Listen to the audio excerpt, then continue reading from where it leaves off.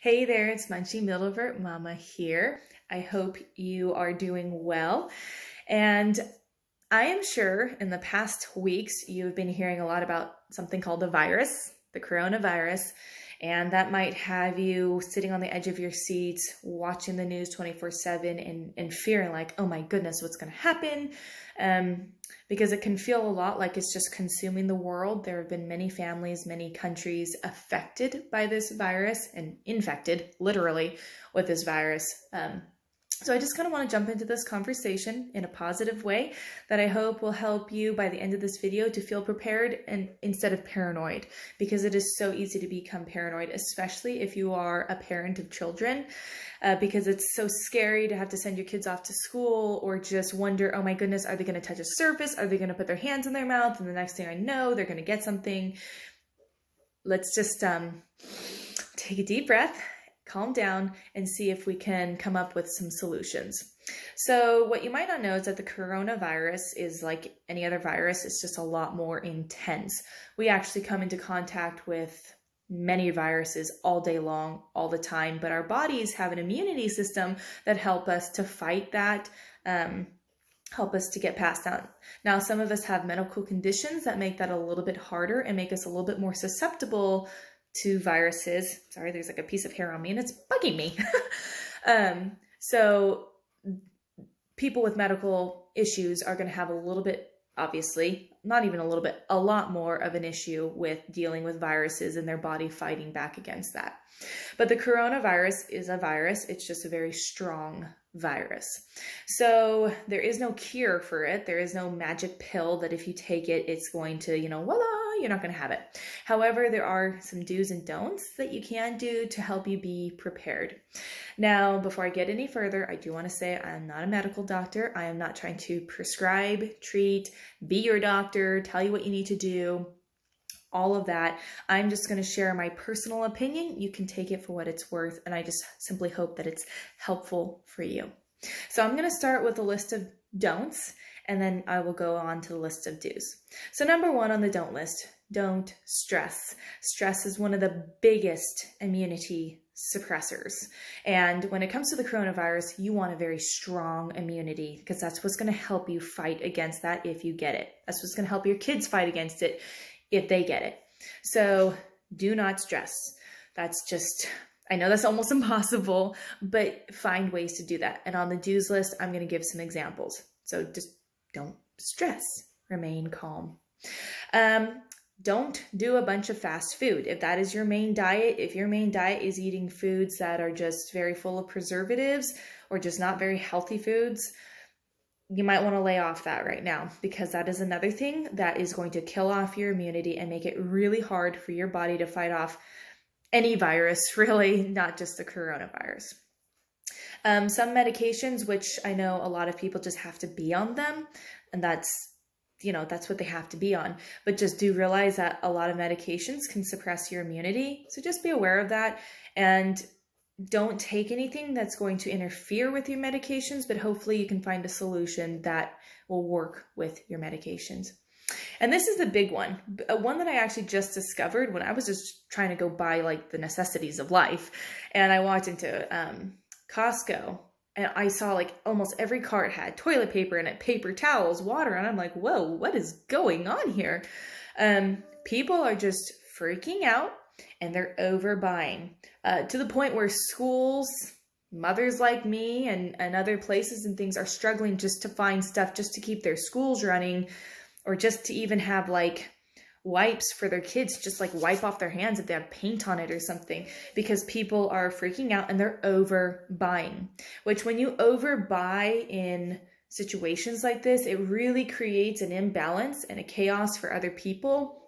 Because you might have 10 packs of toilet paper and somebody else who just legitimately needs it just for their everyday life doesn't have the opportunity now because none of the stores are carrying it. So just remember, when you're going to go buy that water, buy that toilet paper, buy those paper towels, buy whatever things you feel you need to have to be prepared, be conscientious of the people behind you, because they might have a different perspective of things, or they just might need something too. So just Maybe instead of buying 10 packs of toilet paper, you only buy 5 or you only buy 3, and you don't, just don't overbuy and do that. Now, the last don't is don't over germify.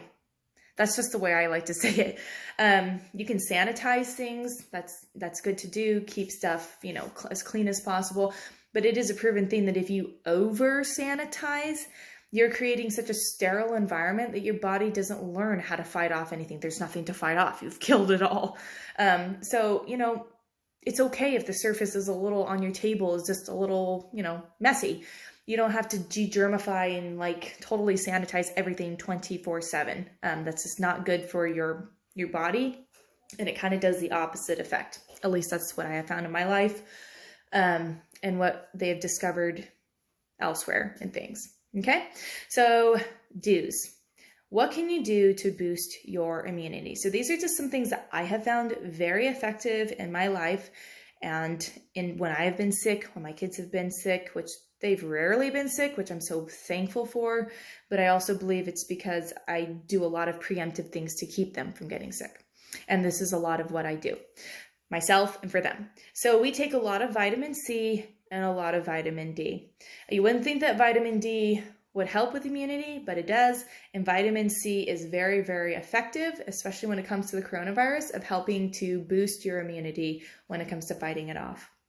Elderberry syrup, this is a very good one to help keep you well and whole. You can get it in a spray, you can get it in a gummy, you can get it in a liquid form, you can get it in all different forms, but it's a very helpful immunity thing. OSHA is, I don't want to call it an herb because I don't remember at this moment. I don't think it's an herb, but OSHA, if you go look that up, it is very good for oxygen. It's very good for opening up the lungs. And if you don't know this, the coronavirus is like a respiratory kind of virus. So it affects this area. And OSHA is just really good for keeping that oxygen flowing, keeping your lungs open, keeping that area, your respiratory area, open and healthy. Exercise is just another good thing. It's really good for keeping up not just your mood, but also just in helping get your body in shape, get your oxygen flowing, getting your blood pumping so it's circulating, it's getting cleaned through your organs and all of that. It's just very helpful for that. Do fast from fast food. Like I said up above, if that's what you're eating for the most part, you might want to consider switching over to some vegetables and to some just natural foods that have very little to no preservatives. I don't think you have to go crunchy if that's not your thing, or if that's not, what you're all about. Nonetheless, it's just a proven thing that eating more natural foods, eating vegetables and things it helps your body be able to focus on building its immunity, building and restoring any functions in the body that maybe aren't working so well because it's backlogged from all the preservatives and stuff it's still trying to sort out. And by the way, I'm not using a bunch of medical terms and stuff because I'm trying to keep this very simple and very easy for anybody to understand and not get bogged down in terms and stuff, just in case you're wondering, why is she not using specific medical stuff? That's why. Onward. So I'm trying to read my own handwriting. Find ways that help you stay calm. So like I said up above, stress is a huge immunity suppressant. So find ways to stay calm. If you are a Christian, that's through prayer, that's through fasting, that's just through relying on God. You can also do music, very calming music that just keeps you centered on just remaining calm. Yoga, if you like yoga, I do yoga because I know it's good, but I'm not a yoga person because it's so slow. But if that is something you really like and that's something you can do, and if you can do it from home, on a YouTube video, that's a really good thing. And then breathing exercises, just taking even a minute.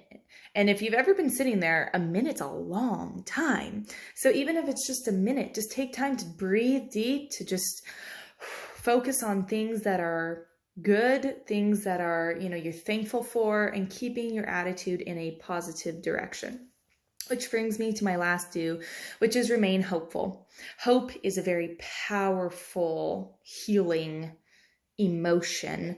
So remain hopeful, remain looking forward. Don't get so consumed in the, oh my goodness, where is the virus? And is it going to knock on my door?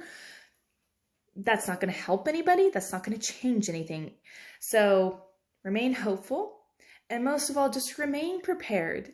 Prepare however you need to feel like, okay, if the coronavirus were to come knocking on my door, I would feel prepared, not paranoid about this. So, paranoia, worry, stress, all of that, it is not going to change the trajectory of this virus. Where it's going to head next, nothing. Your worry is not a wall that keeps stuff out. In fact, it's just basically opening the doors wide for stuff to come in because you're beating down your body. So I think I've kind of killed that subject enough. Remain prepared, not paranoid, and just, it's going to be okay.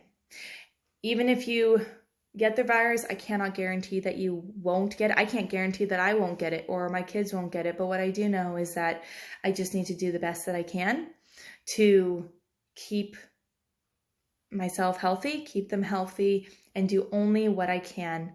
And that has to be enough and to be okay. So I hope you found this helpful. I hope this encourages you. And yeah, that's all I wanted to add about that. And I will see you guys in another video. Don't forget. That's what happens when you try and say 2 words at once. At once. So don't forget to hit that subscribe button, and I will see you guys in another video. Bye.